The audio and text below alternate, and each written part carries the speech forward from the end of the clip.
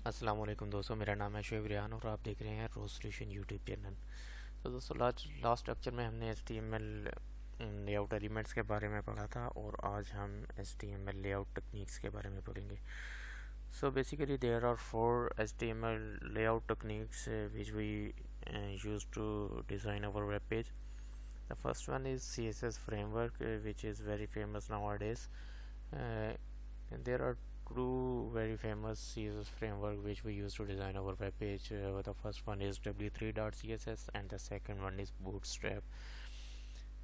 तो ये फ्रेमवर्क हैं जो हम अपना वेब पेज डिज़ाइन करने के लिए यूज़ करते हैं। इसके अंदर जो CSS क्लासेस होती हैं वो बनी बनाई होती हैं, आपको जस्ट उसको यूज़ करना होता है और ये सबसे फास्ट वे है आपका वेब पेज डिज़ाइन करने का। The second one is CSS float property. This is also a very famous technique to design your web page. You can design entire of your web page using this technique. You just need to remember float and clear property. The float property define which element you want to float from left to right or right to left, and the clear property specify what element can float beside the cleared element and on which side. तो इसको अभी हम देखते भी हैं यहाँ पर bootstrap, क्योंकि उसका हम अलग से एक पूरा ट्यूटोरियल करेंगे तो वो भी हम नहीं देखते, वो एक लेंथी प्रोसेस है। तो फ्लोट प्रॉपर्टी को देखने के लिए हम यहाँ पर अपना एक पैराग्राफ का एलिमेंट डिफाइन करते हैं और आप उसके अंदर कोई भी अपना टेक्स्ट लिख लें टेस्टिंग के लिए। ये हमने एक अपना टेक्स्ट लिख लिया और एक हम अपना इमेज का टैग लगाते हैं। इमेज हमारा पड़ा हुआ है इसके अंदर इमेजेस के फोल्डर में, तो हम उसका पाथ डिफाइन कर देते हैं images pic1.jpg। तो अभी हमने इस पर कोई फ्लोट की प्रॉपर्टी अप्लाई नहीं की, अभी हम इसको ऐसे ही देखते हैं। तो ये हमारा जो है वो डिफ़ॉल्ट वेब पेज है, पैराग्राफ ऊपर शो हो रहा है और इमेज जो है वो अपना इंडिविजुअल न्यू लाइन में शो हो रहा है। तो इसमें हम किस तरह से अपना वो फ्लोट प्रॉपर्टी यूज़ कर सकते हैं, उसके लिए हम अपना CSS स्टाइल का टैग लगाते हैं और उसमें हम इमेज को एक फ्लोट की प्रॉपर्टी देते हैं और उसकी वैल्यू हम कर देते हैं राइट। फ्लोट राइट कर दिया तो देखिए हमारा जो इमेज है वो राइट साइड पर आ गया है और पैराग्राफ हमारा लेफ्ट पर आ रहा है। लेकिन हम चाहते हैं कि पैराग्राफ के साथ ही इमेज एक ही लाइन में आए, तो इन दोनों को हम डिफ में रखते हैं।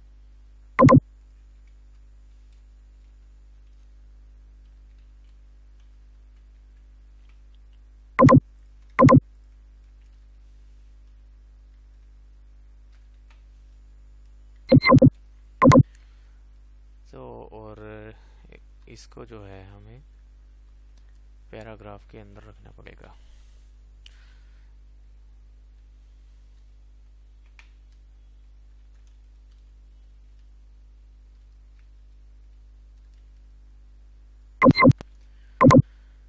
तो और दूसरा ये है कि जो हमारा इमेज है उसको हम पैराग्राफ से पहले रखना पड़ेगा, क्योंकि इमेज को हम फ्लोट कर रहे हैं। तो जब इमेज फ्लोट होगा राइट या लेफ़्ट साइड पर, तो जो सेकंड एलिमेंट है वो इसके राइट या लेफ़्ट साइड पर खुद ब खुद प्लेस हो जाएगा।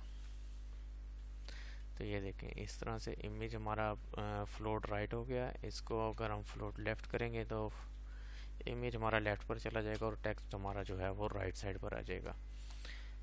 और इसकी there are 4 possible values you can use for float, the left, right and none करेंगे तो इमेज कहीं भी फ्लोट नहीं होगा।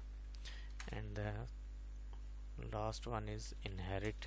इनहेरिट क्या करता है, जो ये वैल्यू लेता है अपने पेरेंट एलिमेंट से। अगर आपने पेरेंट में कहीं फ्लोट की वैल्यू डिफाइन की हुई है तो ये वहाँ से इनहेरिट कर लेता है। तो इस तरह से ये हमारा फ्लोट लेआउट काम करता है। The third one is CSS Flexbox Layout. You can use the Flexbox layout to make your web page responsive. Flexbox में आप क्या करते हैं,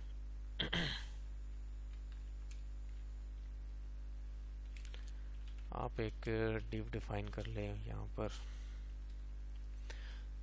और यहाँ पर हम एक क्लास लगाते हैं इसमें फ्लेक्स कंटेनर की।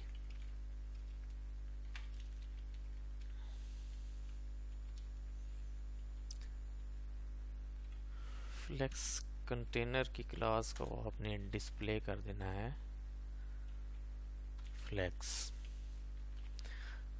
अब इसके अंदर हम जितने भी अपने एलिमेंट देंगे वो हॉरिजॉन्टली हमारे सारे प्लेस हो जाएंगे। और अगर हम स्क्रीन ब्राउज़र का साइज़ चेंज करते हैं तो वो ऑटोमेटिकली डिव का साइज़ भी चेंज होता रहेगा उसके साथ साथ। और ये डिफरेंट डिवाइसेस पर और डिफरेंट स्क्रीन साइज़ पर प्रॉपर काम करते हैं।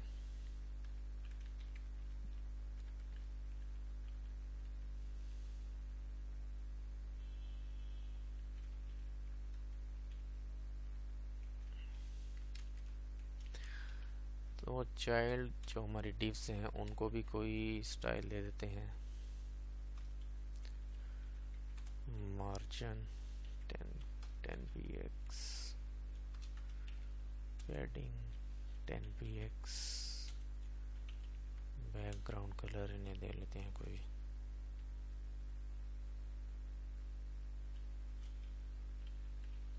इसको भी कोई बैकग्राउंड कलर देते हैं ताकि हमें फ़र्क जो है वो वाज़िया पता लगे।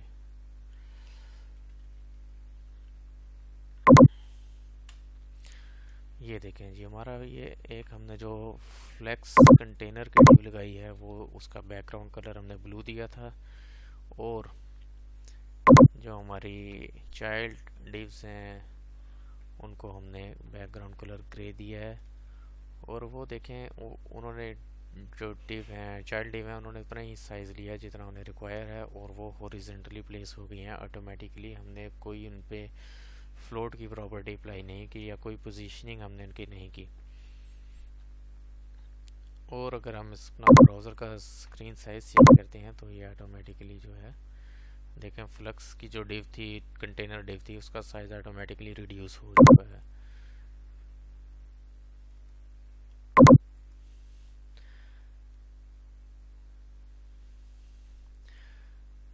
तो जो लास्ट टेक्निक है वो है CSS grid layout technique. CSS grid layout module offer a grid-based layout system with rows and columns, which make it easier to design web page without having to use float and positioning. There are 12 columns जो हैं there are 12 columns we use for grid system, and the width total width इसकी 100% होती है, और जो width होती है वो ऑटोमेटिकली श्रिंक या एक्सपैंड होती है as you resize your browser window. तो इसमें हम क्या करते हैं, फॉर एग्जांपल यहाँ पर हम एक डिव लेते हैं और उसकी आईडी हम रख लेते हैं कोई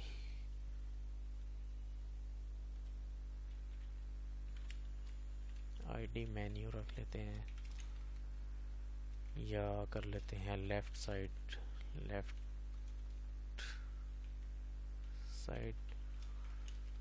and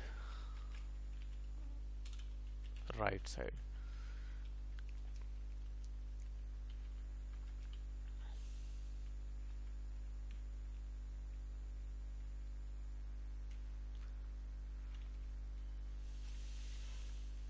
left side and right side.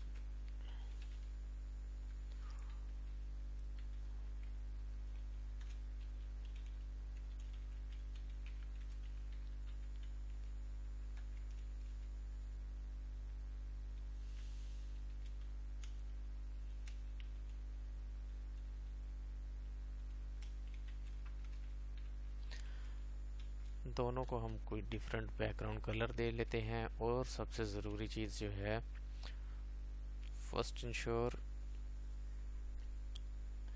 all the element have box size property.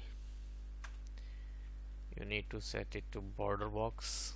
उसके लिए आपको एक प्रॉपर्टी डिफाइन करनी पड़ेगी तमाम एलिमेंट्स के लिए।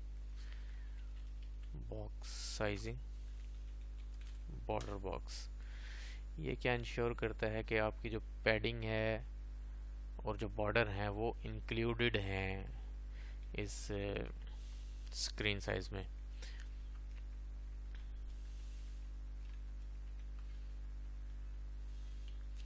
तो लेफ़्ट साइड को हम करते हैं, क्योंकि हमारी टोटल पेज की विड्थ है 100%, तो हम लेफ़्ट साइड को दे लेते हैं 25%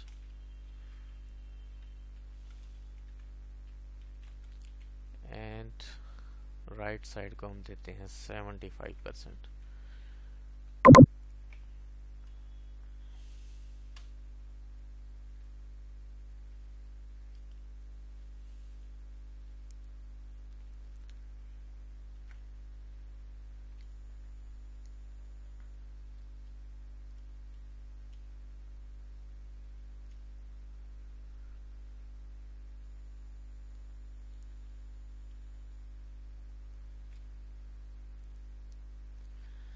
अच्छा, तो इसमें क्या प्रॉब्लम है अभी देखते हैं। तो यहाँ पर आई थिंक ये हमारी स्पेलिंग मिस्टेक है। राइट साइड की जो क्लास है वो काम ही नहीं कर रही।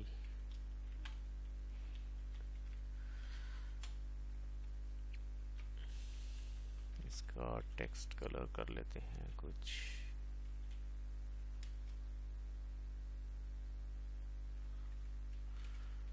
कलर होती है, इसकी प्रॉपर्टी वाइट कर देते हैं कलर इसका।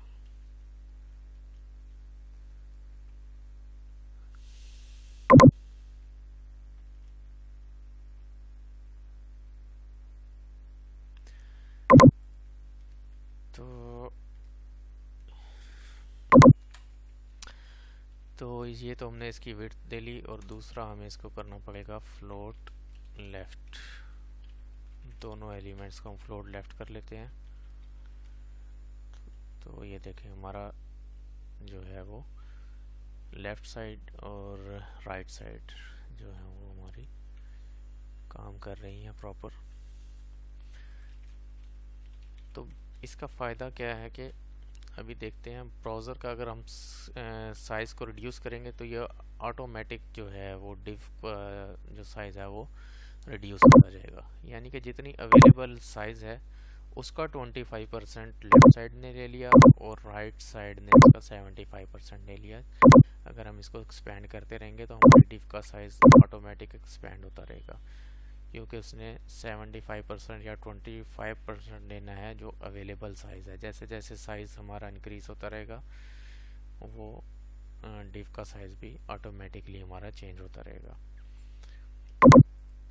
तो दोस्तों ये थी हमारी लेआउट टेक्निक्स, और HTML लेक्चर